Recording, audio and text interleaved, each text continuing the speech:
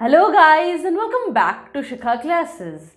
In this video we are going to understand a poem The Splendor Falls written by Alfred Lord Tennyson.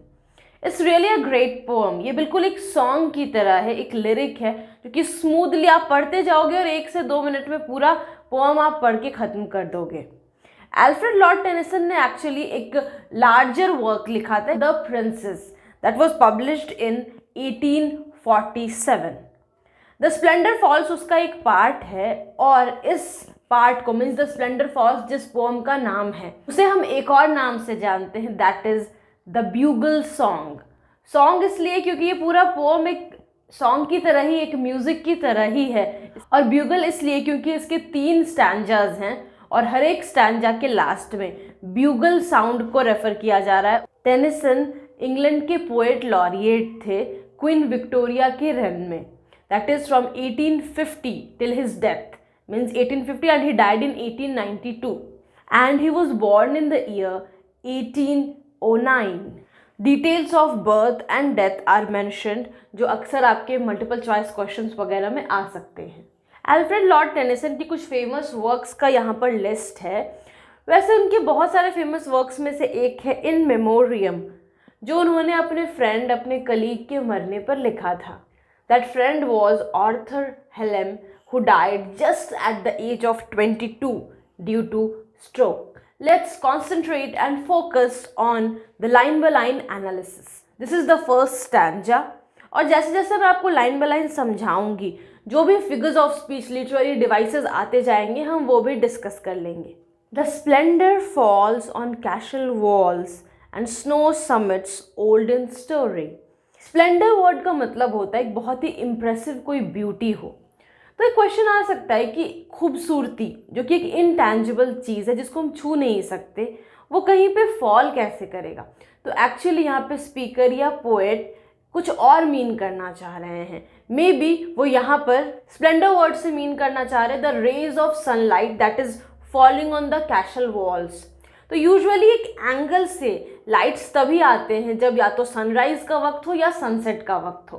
Since the poem is starting, तो हम मान लेते हैं कि ये sunrise का वक्त है.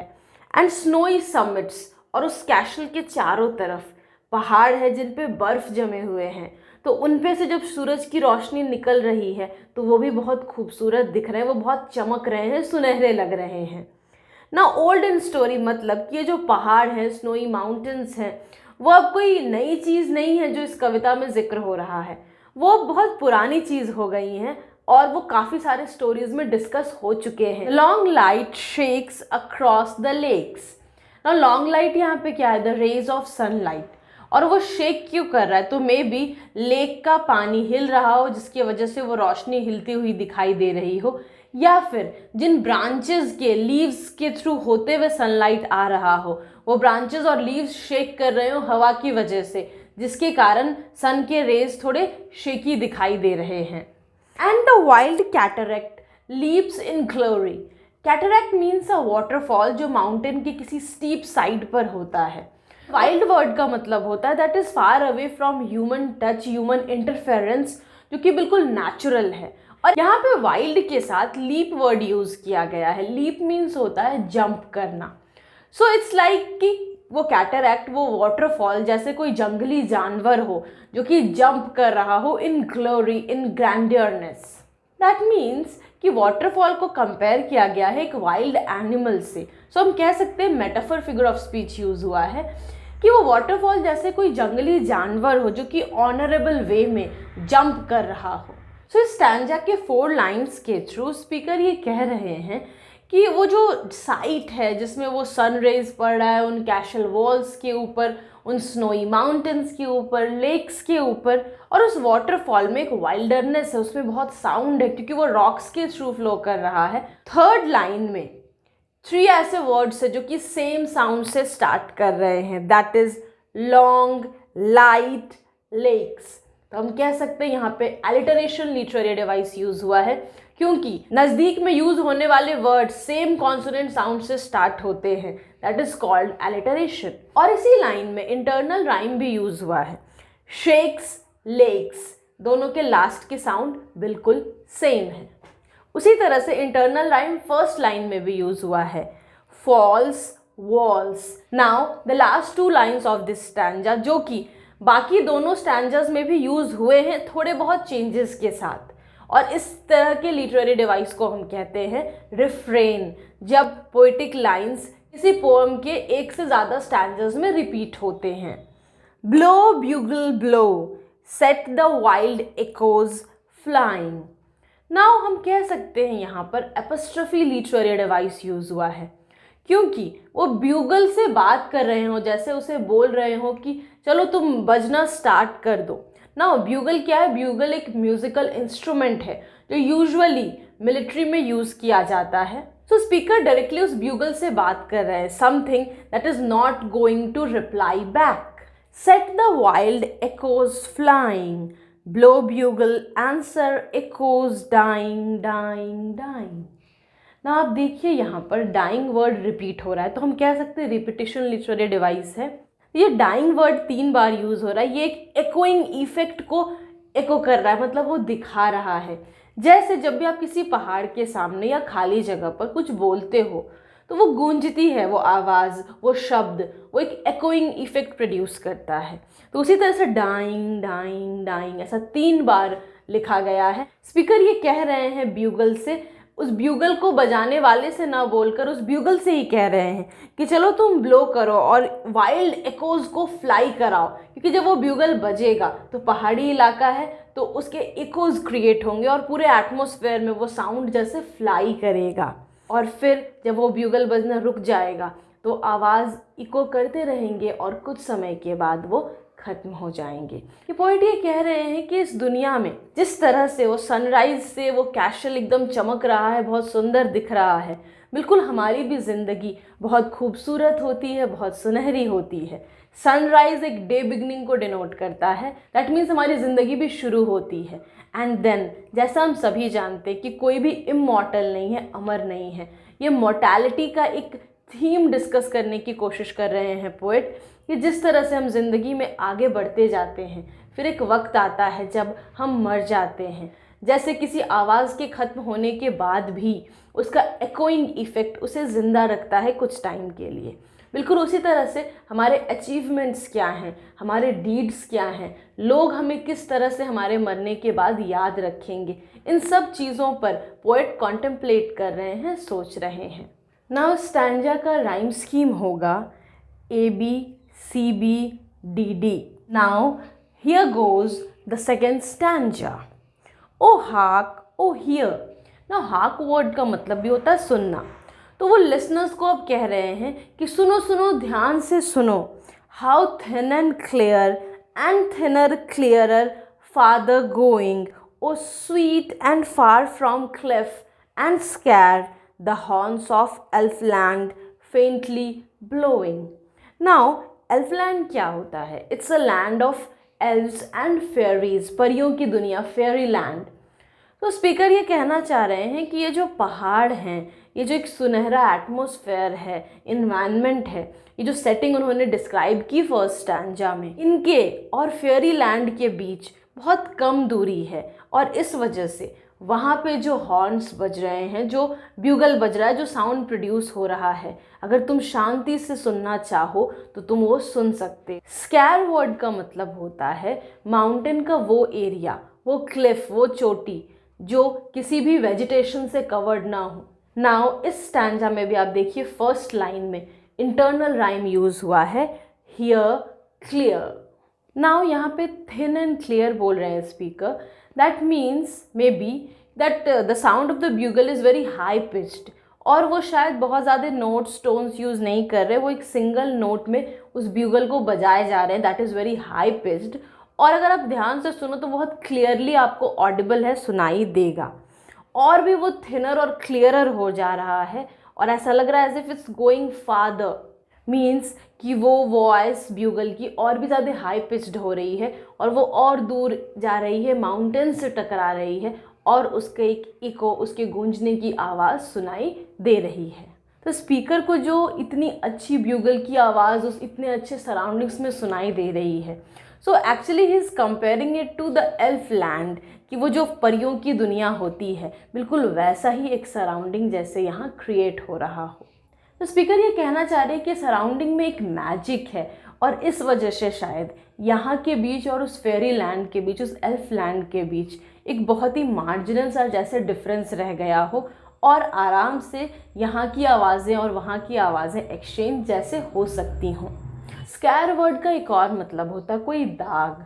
तो अगर हम इस तरह से देखें तो हम कह सकते हैं कि यहाँ पे माउंटेन के क्लिफ को, उसके पीक को जैसे पर्सोनिफाई कर रहे हैं पोएट, उसे एक ह्यूमन फेस से कंपेयर कर रहे हैं जिस पे स्कैर्स हो।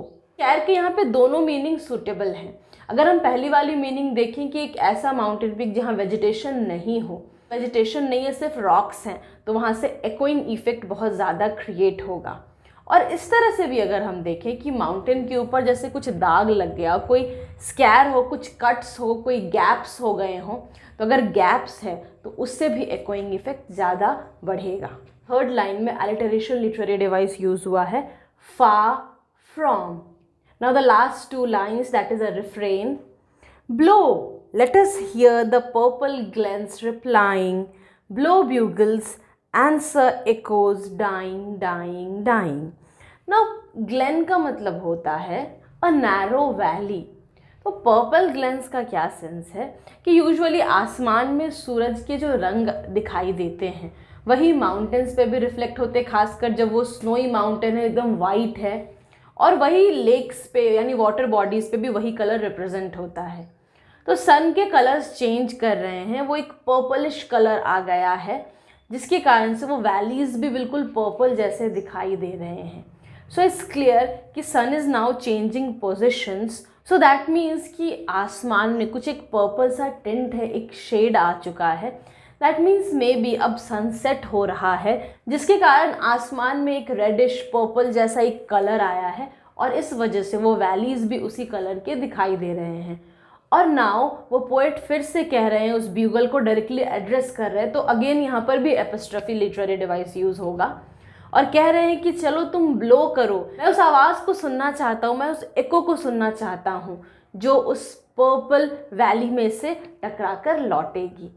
इतना खूबसूरत सीन है और फिर भी हर स्टैंजा के लास्ट में पोएट डाइंग वर्ड को यूज़ कर रहे हैं। मे भी वो इस बात को दिखाना चाह रहे हैं कि लाइफ हमारी कितनी भी खूबसूरत क्यों ना हो, we have to die one day. और जिस तरह से एको धीरे धीरे फेड करने लगता है, बिल्कुल उसी तरह से हम भी इस दुनिया में फेड कर रहे हैं, बूढ़े हो जा रहे हैं, और मरने के बाद तो भले ही दूसरे लोगों के मन में हमारी यादें या हमारे काम, हमारे अचीवमेंट्स हमें ज़िंदा रखें, पर फिर भी हमारा जो एग्जिस्टेंस है वो धीरे धीरे फेड करेगा ही और शायद एक वक्त आने पर ख़त्म भी हो जाएगा। स्टैंजा की भी राइम स्कीम होगी ABCBDD। Now it's turn for the third stanza. Oh love, they die in yon rich sky. They faint on hill or field or river. Yon word का मतलब होता है over there. तो यहाँ पे उसका मतलब है स्काई में, वहाँ पर वो मर जाते हैं। और पहली बार है इस पोम में जब स्पीकर किसी को एड्रेस कर रहे हैं एज हिज और हर love. Who is this person, इस बात के लिए हम श्योर नहीं हैं ना। यहाँ पे दे किसे रेफ़र कर रहा है, perhaps it is the echoes, कि वो जो गूंजने की आवाज़ होती है उस ब्यूगल की, वो धीरे धीरे फिर डिसअपियर कर जाती है, ख़त्म हो जाती है, मर जाती है।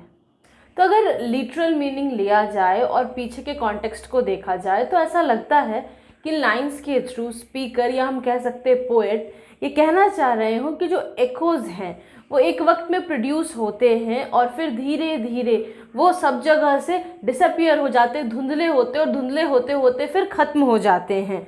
दे die in yon rich sky means over there they die in the sky and on hills और फील्ड्स और रिवर। या फिर शायद दे रेफर कर रहा हूँ ह्यूमन बीइंग्स को कि हम एक समय इस दुनिया में आए और फिर वो वक्त आ जाएगा जब हमारे मरने का टाइम आ जाएगा, हम मर जाएंगे।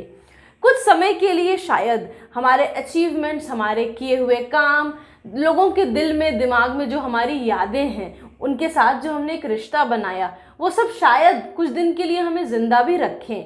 पर वक्त बीतता है और वो सब भी धुंधली पड़ जाती है, फेंट होने लगती हैं और एक वक्त में हमारा इस दुनिया से नामो निशान मिट जाएगा, बिल्कुल एक एको के जैसा। तो हम कह सकते हैं कि इस पूरे पोएट्री में एक एक्सटेंडेड मेटाफर की तरह यूज़ किया गया है, जहाँ एको को कंपेयर किया गया है एक इंसान के मरने के बाद जो उसके काम, उसकी यादें बच जाती हैं उससे। Our echoes roll from soul to soul and grow forever and forever। पिछले ही लाइन्स में उन्होंने इकोज के ख़त्म होने की बात की, फेंट करने की बात की, लेकिन आगे ही अब 2 लाइन बीता है और तीसरे लाइन में और 4th लाइन में वो ये कह रहे हैं कि हमारे echoes from soul to soul it will continue and it will grow forever and forever. Means further वो एक इमॉर्टलाइजेशन की बात कर रहे हैं कि वो कभी ख़त्म नहीं होगा।